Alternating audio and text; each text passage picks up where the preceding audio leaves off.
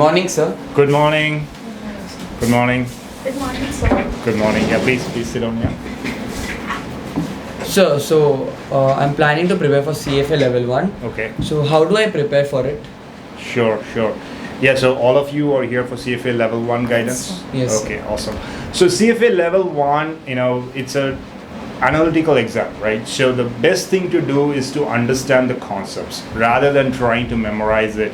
I'm not sure if academic career, if you have in the past memorized it, but that's not the way to go for CFA Level I. Particularly if you are going to go on and write Level 2, a lot of the concepts you learned in Level 1 will be used. So if you don't understand your concepts in Level 1, Level 2 is going to be a lot more difficult. So definitely put in the effort and understand the concepts. So what I recommend, in total, you will need to spend around 400 hours to clear Level 1. So 400 hours of study. So if you're taking the exam, start the preparation somewhere around 6 months before the exam. Okay, the preparation will vary. So let's say you're joining FinTrainers, it's going to be a little different. Or if you choose the path of self-preparation, it's going to be slightly different. Yeah.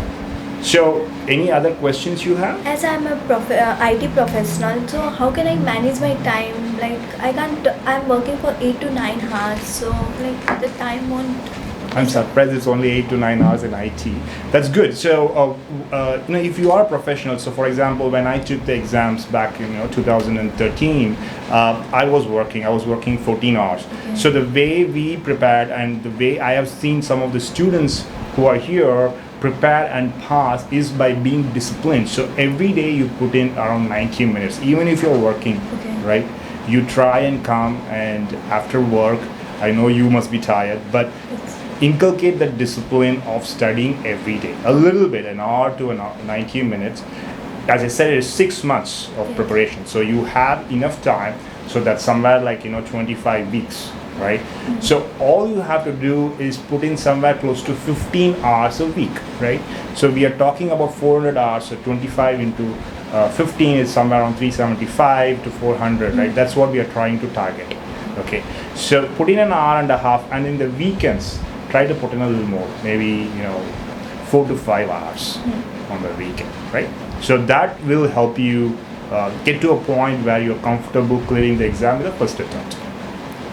I'm a BCom student, sir. I have my semester exams and my classes. Only 8 hours classes, sir. How can I manage my hours? Yeah, so students, I think this is actually great. Like compared to the working professional, you have a bit more flexibility because you have classes. But apart from that, when you prepare for your school versus CFA, it's kind of up to you. So I would recommend that you study around 2.5 hours every day if possible, except for when you have semester exams. So just before that, you want to catch up. So if you have a semester exam in between your CFA prep, so that week or two, you might not be able to put in any hours for CFA. So you just make that up for that by studying 2 weeks earlier or 2 weeks later. So your CFA prep has to be 6 months in total, excluding that semester exam if it comes in between, right? So the same thing, if you're doing 2.5 hours a day in a week, that will be somewhere around 15 hours in total for a week. Again, 6 months of prep will get you somewhere close to 400 hours of prep. Yeah? Thank you. All right. What are the topics, like the particulars in topics we need to prepare? Yeah, in CFA there are level 1. There are 10 topics, right? So we are looking at ethics. Ethics is the first one in the curriculum. You also have FRA, the financial reporting analysis, your quantitative analysis.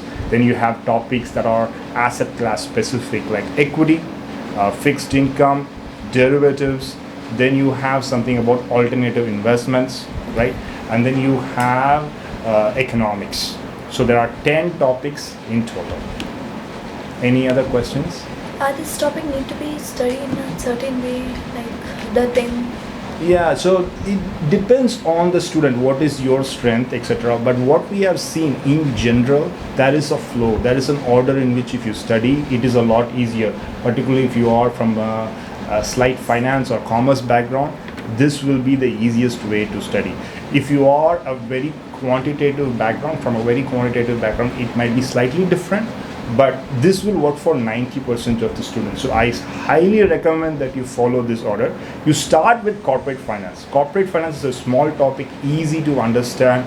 It starts with time value of money. It's the basics of finance, pretty simple to follow. From corporate finance, the logical step to do is to understand accounting, which is the FSA or the FRA, the financial reporting part. It's also one of the most difficult, but it is a foundation that will be used in other topics. So try to understand this one. So just after corporate finance, you jump into this. When you are doing these two in sync, or maybe right after, you study ethics. Ethics is if you understand it and how the institute thinks about it, it is pretty straightforward. But a lot of people struggle if they study at the end, because even though it's like theory, you need to understand the practice. What is ethical? What is the professional standard? So that's something you need to constantly revise. So that you start early, then you're able to revise that throughout the preparation time, all 6 months, right? So these three I would call as the module 1. So you put in, out of the first 3 months of prep, the first month in this. The second month you start with the asset classes. You start with equity, fixed income, then you move on to alternate investments and derivatives. Okay. So the third month you work on quantitative methods, right? Statistics, right? Quantitative methods. Then you jump into portfolio management, which is very interesting topic, right? Most of the CFAs want to eventually manage money, so this is a very interesting topic. And then you finally tackle economics, right? Most people find economics to be hard. It has both micro and macro. So leave it for the last, because some of those concepts, the later you read, it might be fresh in your memory.